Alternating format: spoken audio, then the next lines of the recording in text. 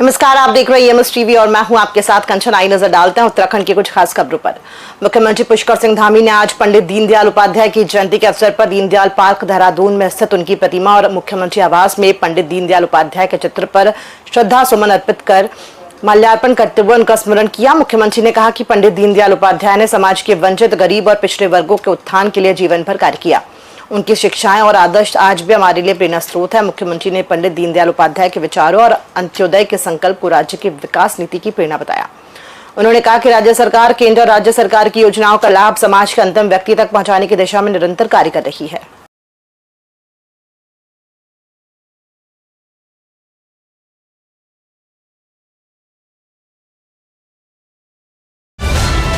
प्रदेश भाजपा की नई कार्यकारिणी के अनुसार डीपी रावत भारद्वाज को भाजपा प्रदेश महामंत्री पद पर नियुक्त किया गया। डीपी रावत भारद्वाज ने आज भाजपा मुख्यालय में पदभार ग्रहण किया। सभी कार्यकर्ताओं ने उनको पद पर नियुक्त होने की शुभकामनाएं दी। डीपी रावत ने अपनी उपलब्धि को जिम्मेदारी बताते हुए कहा कि पार्टी द्वारा दी गई जिम्मेदारी व कार्य को करने के लिए वो सदैव प्रयासरत रहेंगी। साथ ही प्रदेश की सभी महिलाओं को भाजपा से जोड़कर पार्टी का कार्य करेंगी, जिससे निश्चित ही 2027 में अच्छे अंकों से भाजपा विजय होगी, जो सबसे बड़ी उपलब्धि होगी। मैं कहूँगी कि उपलब्धि के रूप में नहीं, इसको तो हम जिम्मेदारी के रूप में लेते हैं। जब पार्टी का कोई ऐसा दायित्व मिलता है तो आपको दायित्व निभाना पड़ता है, और उपलब्धि तब होगी जब हम उत्तराखंड की महिलाओं को 100% मैं कहूँगी महिलाओं को, जिसको हम आधी आबादी कहेंगे, उस आधी आबादी को भारतीय जनता पार्टी से जोड़ पाएंगे। भारतीय जनता पार्टी को 2027 में फिर से अच्छे नंबर से विजयी बना पाएंगे। मुझे लगता है वो हमारी उपलब्धि होगी। उत्तराखंड में नकल प्रकरण की गंभीरता को लेकर सरकार ने सख्त कार्रवाई की है। नकल प्रकरण में अफसर के एन तिवारी को तत्काल निलंबित किया गया है। मुख्यमंत्री पुष्कर सिंह धामी ने कहा कि पिछले 4 वर्षों में उत्तराखंड सरकार ने लगभग 25,000 नियुक्तियां पारदर्शी और निष्पक्ष तरीके से संपन्न की है। इसमें कोई ऐसा प्रकरण नहीं आया जिसमें नकल की गई हो और पारदर्शिता न अपनाई गई हो। मुख्यमंत्री ने कहा कि हाल ही में नकल प्रकरण का मामला सामने आया है, जिसमें आरोपियों को पकड़ लिया गया है और उनके खिलाफ सख्त कार्रवाई की जा रही है।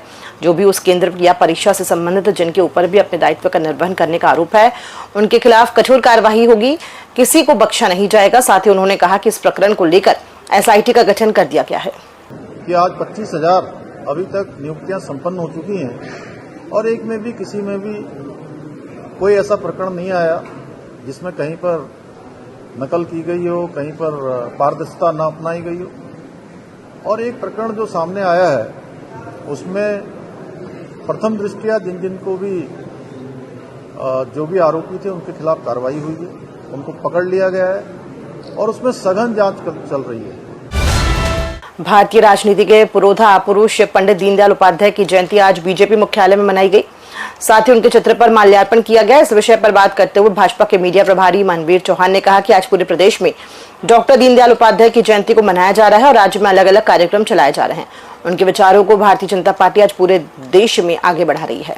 दीनदयाल उपाध्याय जी हमारे प्रेरणा पुरुष हैं और उनके विचारों के आधार पर आज भारतीय जनता पार्टी जन जन तक उनके विचारों को पहुंचा रही है।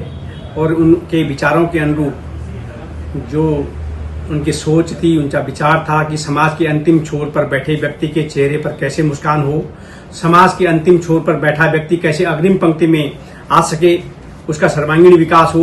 उन विचारों को आज चाहे हमारी केंद्र की सरकार हो, चाहे हमारे प्रदेश की सरकार हो, दोनों सरकारें समाज के अंतिम पंक्ति पर बैठे व्यक्ति के उत्थान के लिए कार्य कर रही है, उनके विचारों को जन जन तक पहुंचा रही है।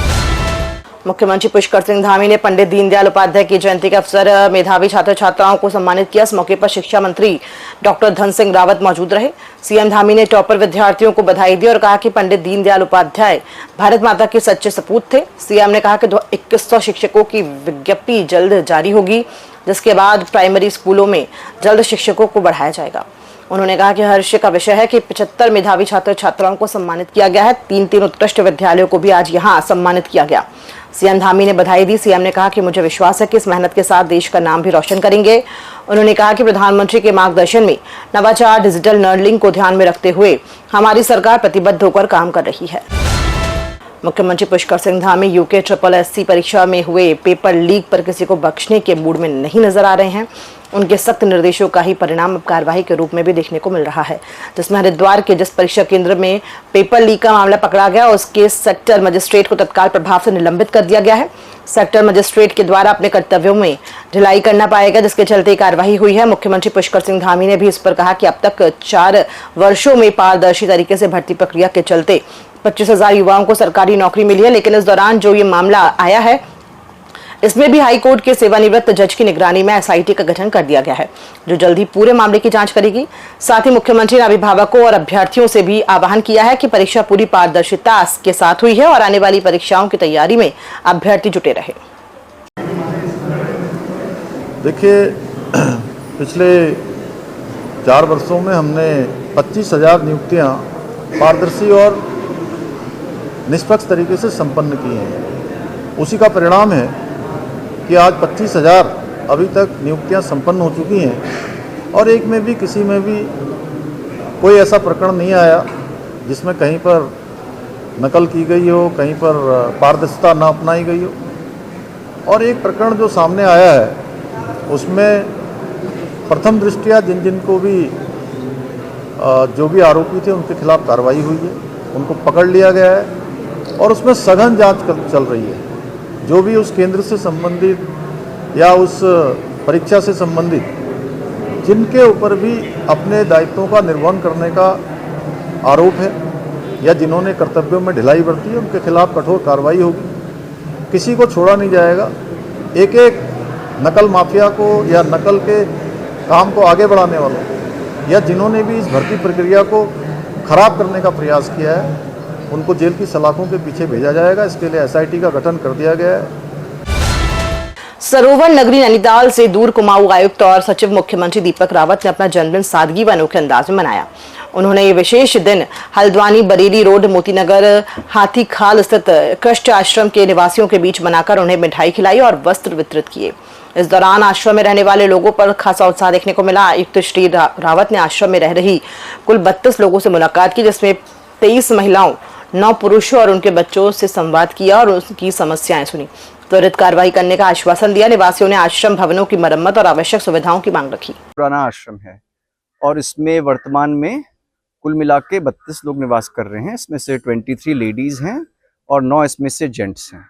अच्छी बात यहाँ पे देखने को मुझे ये मिली कि काफ़ी लोग के बच्चे यहाँ पे बहुत सक्सेसफुल कर रहे हैं। जैसे अभी यहाँ पे मुझे एक माताजी मिली, उनके बेटे एक BD पांडे में डॉक्टर हैं।